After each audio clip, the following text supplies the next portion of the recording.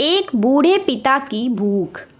शाम को ऑफिस ख़त्म होने के बाद मैं सीधा घर नहीं गया था, क्योंकि मुझे मेरे दोस्त का फ़ोन आया था जिसने मुझे एक बड़ा पाव की शॉप के सामने रुकने के लिए कहा था। उसे कुछ शॉपिंग करनी थी, इसलिए उसने कहा था तुम रुकना, साथ में जाएंगे। हम दोनों हमेशा एक साथ ही शॉपिंग करने जाते थे। उस शॉप के पास पार्किंग के लिए कुछ लोहे के एंगल लगाए हुए थे। मैं उन्हीं पर चढ़कर बैठ गया और अपने दोस्त का इंतज़ार करने लगा। एक 70 से 72 साल का बुजुर्ग आदमी, आँखों पर मोटे कांच वाले चश्मे, मैली धोती और कुर्ता पहने मेरे पास आया। क्योंकि मैं लोहे के एंगल्स पर 3-4 फुट ऊंचाई पर बैठा था, उसने मेरे घुटनों को छुआ और बोला, बेटा एक बड़ा पाव खरीद कर दे दोगे तो बहुत अच्छा होगा, बहुत ज़्यादा भूख लगी है। मैंने जब उस बूढ़े आदमी की तरफ देखा तो वह मुझे रोज़ाना दिख रहे भिखारियों में से नहीं लगे। उन्हें देखकर ऐसा भी नहीं लग रहा था कि वह हर दिन भीख मांगते होंगे। ऐसे अचानक किसी बुजुर्ग ने मेरे पैरों को हाथ लगाया तो मुझे बहुत अजीब महसूस हुआ। मैं तुरंत एंगल से कूदकर नीचे खड़ा हो गया। मैंने अपनी जेब में हाथ डाला और 50 रुपये निकालकर उस बुजुर्ग को देते हुए कहा, अंकल आपको भूख लगी है तो या लीजिए, कुछ खा लीजिए। बुजुर्ग ने कहा, नहीं बेटा, पैसे मत दो, बस एक बड़ा पाव लाकर दे दो, उतना बहुत है मेरे लिए। ठीक है, मैं लाकर देता हूँ, आप यहीं बैठिए। कहकर मैं बड़ा पाव की दुकान में गया और एक बड़ा पाव खरीद कर लाया और बुजुर्ग को खाने के लिए दिया। बुजुर्ग नीचे बैठकर बड़ा पाव खाने लगे। मेरी तरफ देखकर वे बोले, ऊपर मत बैठो, गिर जाओगे, यहाँ बैठो मेरे पास, कोई साथ बैठेगा तो मुझसे भी 2 निवाले अच्छे से खाए जाएंगे। मैं उनका कहना टाल नहीं पाया और उनके साथ ही बैठ गया। फिर मैंने ऐसे ही उनसे सवाल करना शुरू किया, कहाँ से आए हैं, कहाँ जाएंगे, किससे मिलने आए हैं, वगैरह वगैरह। वो बोले, मैं नागपुर से आया हूँ, एक छोटे से गांव में रहता हूँ। यहाँ मुंबई में मेरा तुम्हारे जितनी उम्र का एक बेटा है, एक बड़ी कंपनी में इंजीनियर है, उससे मिलने आया हूँ। 2 साल पहले उसकी शादी हुई, लव मैरिज। बहू पढ़ी लिखी है, नए विचारों वाली। उसे सास ससुर यानी कि हम पति पत्नी गंवार लगते हैं, इसलिए हमारे साथ रहना उसे अच्छा नहीं लगता।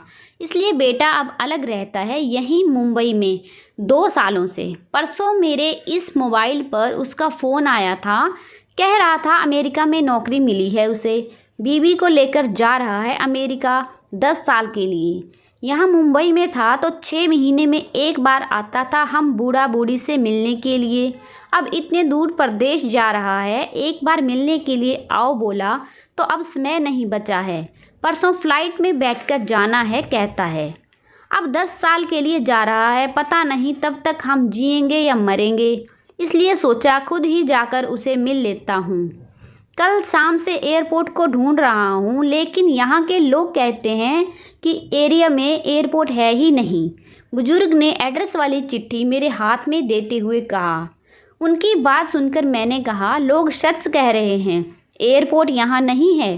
बुजुर्ग ने मेरी तरफ देखकर कहा, लेकिन परसों जब बेटे का फ़ोन आया था तो उसने यही पता लिखवाया था मुझे। लगता है यह फ़ोन भी ख़राब हो गया है, फ़ोन ही नहीं आ रहा है बेटे का। मैंने बताया था उसको कि मैं उससे मिलने आ रहा हूँ मुंबई। कहते हुए बुजुर्ग ने मोबाइल मुझे देखने के लिए दिया। अब मेरे एक हाथ में चिट्ठी और एक हाथ में मोबाइल था।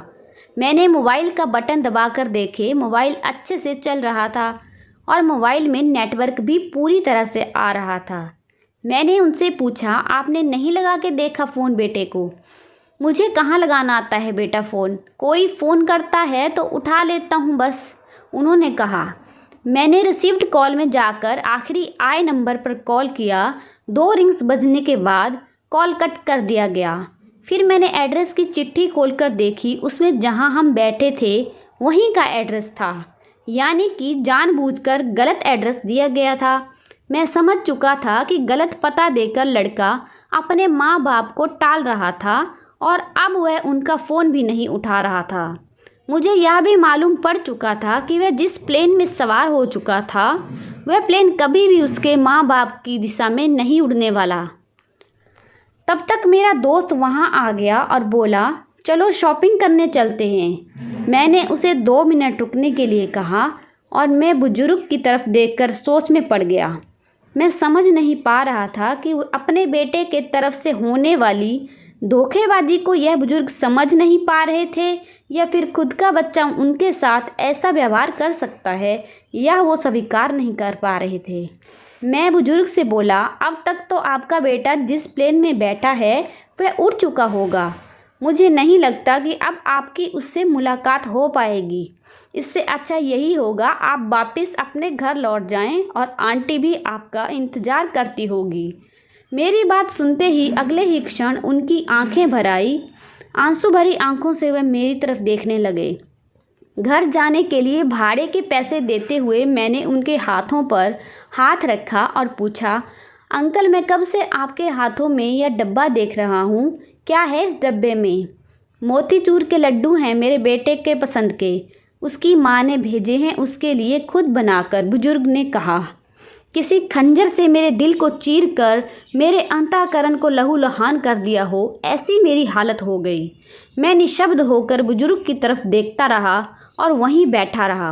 रह रहकर एक ही सवाल मेरे मन में उठ रहा था, एक बड़ा पाव की भीख मांगने वाला यह बेचारा आदमी भूख से बेहाल होने के बावजूद भी अपने साथ लाए उस मोतीचूर के लड्डुओं में से एक लड्डू खुद नहीं खा सकता था क्या? अपने बेटे से इतना प्यार। अगर आपको कहानी अच्छी लगी है तो प्लीज़ मेरे चैनल को लाइक शेयर एंड सब्सक्राइब कीजिएगा। Thanks for watching.